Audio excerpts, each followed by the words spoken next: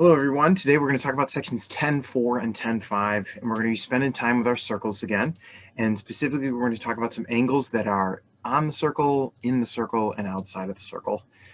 So let's take a look at our first part, which is going to be some angles on the circle. So these angles that I'm talking about right here are called inscribed angles, and these are going to be angles whose vertex is on the circle and whose sides of these angles are going to be some chords that are going to be part of the circle. Remember that a chord is going to be a segment that it lives inside of a circle, and it starts on a circle and it ends on a circle as well. These angles are also going to be related to some of the arcs that we were talking about last time. These arcs are called intercepted arcs, and these are arcs that lie on the interior of an inscribed angle and whose endpoints are on the angle itself. So you can see both of those things in this picture right here. So you've got these chords like DA and DB, and they lay inside of circle C with the center right there at point C. This angle right here that I was just talking about, ADB, is the inscribed angle with the vertex being on the circle. And the arc that is formed by these two endpoints, A and B, is called the intercepted arc.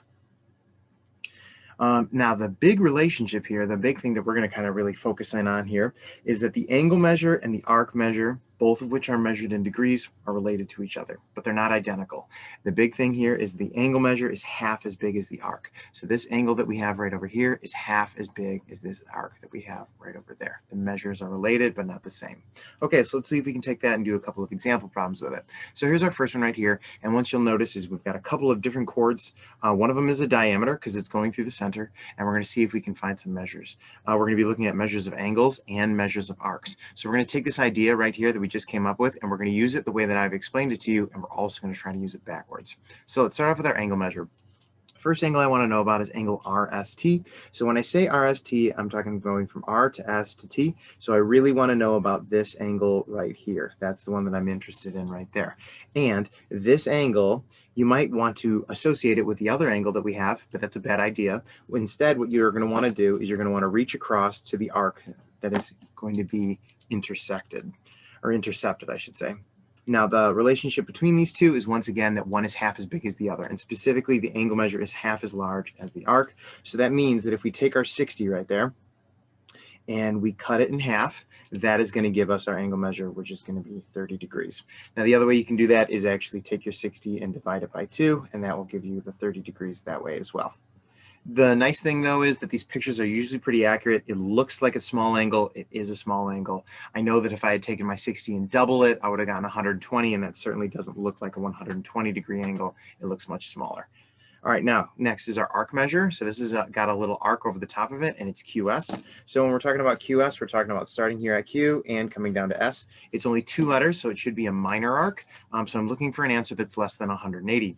Now, once again, you might think, well, this is an arc, and I'm going to compare it to this arc over here. That one's a little bit more obvious. That's definitely true that this one is much smaller, and this one's probably bigger, so I don't think that's actually going to work out as a nice match. What will work for us is that this 37-degree angle is related to that intercepted arc right there. How are they related? Well, that 37 was created by taking our arc measure that we had and cutting it in half. But I don't know what that arc measure was that got cut in half to make the 37. So I'm going to try to see if I can solve for it. So I'm going to use my opposite operations. You could divide by 1/2, or you could multiply by the reciprocal, which means you would be multiplying by 2 on both sides. And when you multiply 2 and 1/2 together, they cancel each other out. And 37 is going to get multiplied by 2, which is going to give us a value of 74 degrees. Example number 2 right here is going to take that idea and just kind of bring it a little bit further. So what we've got is we've got quite a few chords. I don't know if these GJ and HF are diameters or not, because I don't know if that's the center right there. I can't be certain, so I'm not going to be able to rely on that.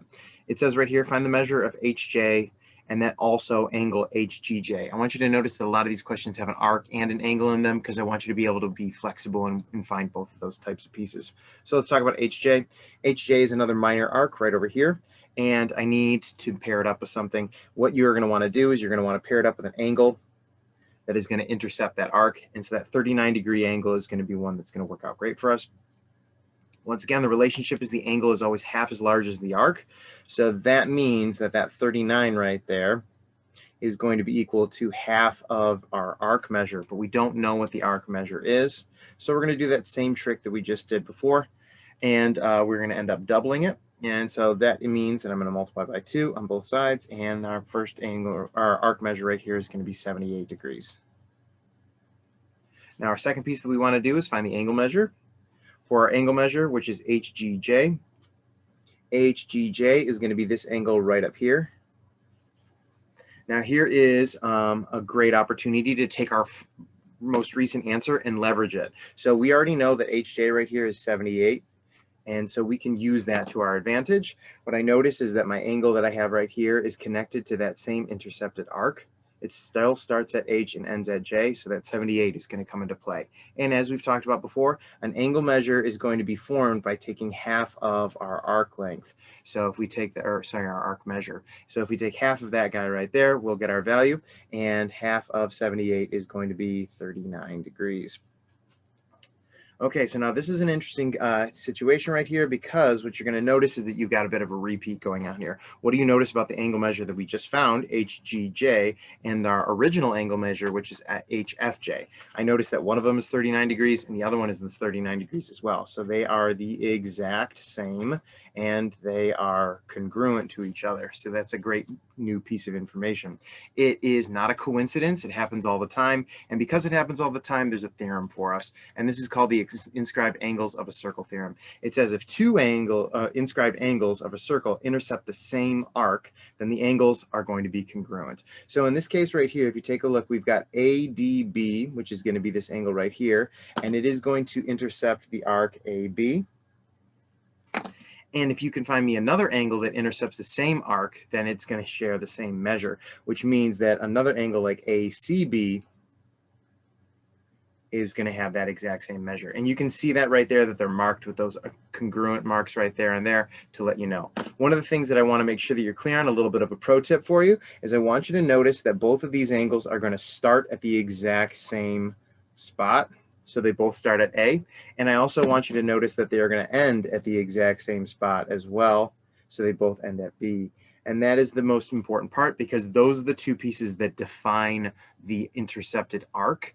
The middle letter is going to be the vertex, and that is where they're going to differ from each other. Let's take that a little bit further. To spend a little bit more time with these intercepted arcs and these inscribed angles, there's some very special ones, and one of them is always going to be a right angle. Knowing about right angles is always important. So if you are looking for a right angle like ABC right here, this angle is a right angle. And the way that you're going to know that it's a right angle is because the arc that you're going to make right here is going to be a semicircle. And this chord right here is going to be a diameter. So that right there is going to be the big thing. It's going to go through the center. And that is going to let you know right off the bat that you've got yourself a right angle. And also, if you can't tell already, it is a right triangle. And so you can use lots of great right triangle tricks like the Pythagorean theorem, triangle sum theorem, and SOHCAHTOA. So that works out really nicely. Here's a you-try problem about that exact same type of problem. It says name a diameter in this picture right here, and then it says find the measure of angle C.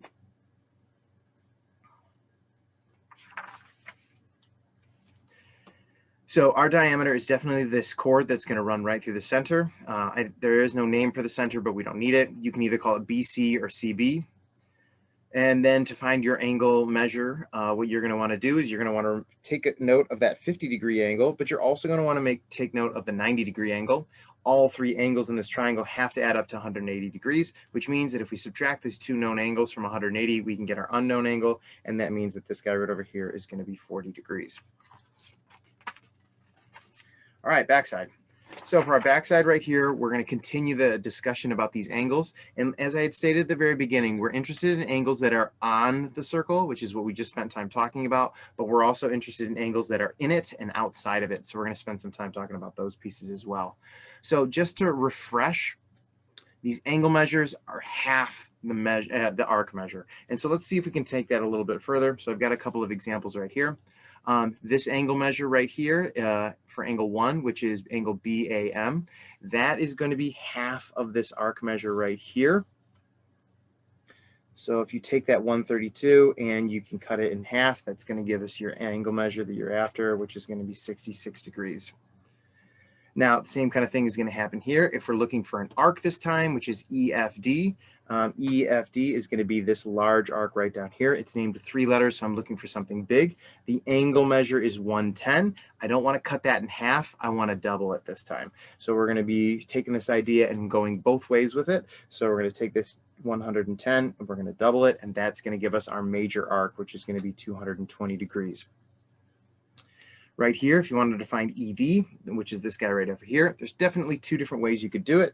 And so I want to show you both of those. One of the ways you can do it is you could take the information that is given to you, which is the 110, and that's an angle measure, and you can use that to find another angle measure. This angle over here is supplementary with the 110, which means that they need to add up to 180 degrees. So if we do 180 and we subtract our 110, we can get 70 degrees. And then we also know that that angle measure is going to be doubled to get your arc measure right here. So if we take that 70 and we double it, we'll get 140. And that works out great. Now, that's not the only way. The other thing you can do is, rather than taking the information that was given, is you can take your answer. So we already know that this arc right down here is 220. And I also know that if I want all the arcs in the entire thing, that's 360. So if I take my 360 and I subtract my 220 from it, I will also get 140 degrees. You get to pick whichever one you like better, but it is good to know both. Okay, so now that's a little bit of review from that front side. Let's take it a little bit further. So what if we had an angle that was inside of our picture? So right here, we have angles like angle 1 and angle 2, and they're not on the circle, they're in it. And so we want to see if we can figure that out as well. So now this is where it gets a little bit more complicated. To understand angle 1, you're going to definitely need the arc that it is opposite of, but also you're going to need this arc over here that it is opposite of as well. And you might be wondering why. And the main reason why is because angle 1 doesn't exist all on its own. There is a vertical angle with it right over here, which is going to share the exact same measure. So those 2 angles are going to match up exactly. So they both are going to have their own arcs. One arc is a little bit bigger, one arc's a little bit smaller, and so you're going to need to kind of take that into account. And so what you do is you add the 2 arcs together and you cut it in half. This is going to be an average. One arc is a little too big, one's a little too small. You're going to add them and then cut it in half. Same thing for 2. 2 is going to be an angle, but it doesn't exist all on its own. There is a matching vertical angle on the other side. One arc is definitely smaller and one is much larger. And so we're going to see if we can find something that is the perfect happy medium, not too small, not too big. And you're going to get that by adding and then dividing by 2. Let's try it out. So for our first example right here, we're looking for X and for Y. So to get X right here, I notice I've got the 115, and a lot of people would be happy to just cut that in half. Bad idea. You need to take that 115 that you have right there. You need to add it with the 97, and then you can cut it in half after that. And that's going to give you your very best value, which is going to be, adding is going to give you 212. And then cutting it in half is going to give you 106 degrees. Here's your answer right there for X. This angle over here is also 106 degrees as well. So that's going to be a match set. Okay, now what about angle Y? So to get angle Y, it would be wonderful if I had a couple other arcs to work with here and here, but I don't. So I'm going to have to see if I can get a bit inventive. And so one of the things I also noticed is that angle X and angle Y share a common chord, which means that they're supplementary. If you take angle X and Y and put them together, they should equal 180 degrees, which means that if I take 180 degrees and I subtract my brand new answer of 106, I should be able to get myself an answer, which is going to be 74 degrees. And that is going to be Y right there. X over here and Y over there.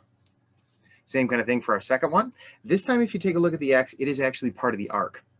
So what does that mean? Well, the 47-degree angle, it's got a vertical angle with it that is going to work well. That 47 is equal to the average. So it is equal to my X and my 41 when I add those pieces together. So we're actually going to have to do a little bit of solving. So I need to get this X by itself. There's a lot of stuff in front of it and behind it. And so I'm going to solve. This 1/2 right here, I need to get rid of that. I could divide by 1/2, or you can multiply by its reciprocal, which I think is a much better choice. So I'm going to multiply by 2 on both sides. And when you do that, that's going to give you 94. And X plus 41. Then we can move our 41 to the other side by subtracting it. and this is going to give us our arc measure. So you are able to find arcs as well. And there's your X value. Now, what about the Y? Similar to last time, with your Y, you might need to get a little creative because there's no arcs that are really attached to it. And so we're going to need to kind of reach out. And so once again, what I noticed with my Y is that Y and X share, or sorry, Y and 47 right here share this common chord, which means they're supplementary again. They're a linear pair, and that means they need to add up to 180 degrees.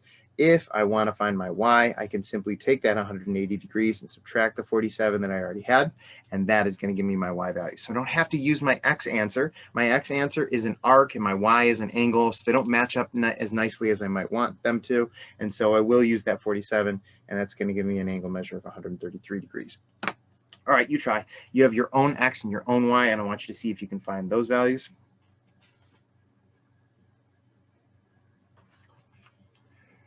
To get X is once again an arc measure, so it is going to go into the parentheses with the other arc measure of 66 that is opposite of it, and they should be contained or equal to that 70. So 70 is equal to 1/2 times X plus 66, and when I do my solving, I get 74.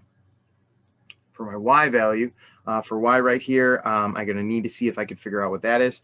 You might be tempted to say it's equal to 126 because they're opposites of each other, but that's not a great way to go. This one's a little bit deeper. You really need two pieces of information. So the 126 is great. We're definitely going to use that, but that's not all. So we're going to use the 126, we're going to use the 66, and we're going to leverage our new answer that we just came up with, our X value of 74. And all of these arcs all the way around the outer edge, they all have to add up to 360. So what I'm going to do is I'm going to take that 360, I'm going to subtract the new 74, the 126, and the 66, and that'll give me my Y value as well. That's not the only way to do it, though. You could have also solved very similar to the way you solved this one, using the 110 and the 126 right here. That would have worked out fine as well. I just think it takes a little bit longer, so I like to do a little bit of subtraction. I try to do one difficult one and one easy one whenever I can to save myself some time. All right, now we've talked about when our angles have a vertex that is on the circle and also in the circle. Our last one is outside of the circle. This one is probably the most complicated one because there's a couple of little tricks, but I promise I'll show them to you right away so that you don't have to stumble over them. When you have an angle that is formed by two lines or rays and they meet outside of the circle right here, the relationship is very similar to the last one we were working on, where you're going to take two measures and then you're going to cut it in half. The only difference right here is that you have to subtract. And so that is the big key right there. So we're going to take our arcs that are formed here, and we're going to subtract those, and then we'll cut it in half as well. Same kind of thing here. We're going to take our arcs that are formed here and here. We're going to subtract them and then cut it in half. We're going to take these arcs that we have here and here, subtract them, and cut it in half. Now, what's that stumbling block? What's the thing that I was mentioning earlier? The major thing that I really want you to make sure you're doing, because we're subtracting, you need to make sure that you're using your largest arc first.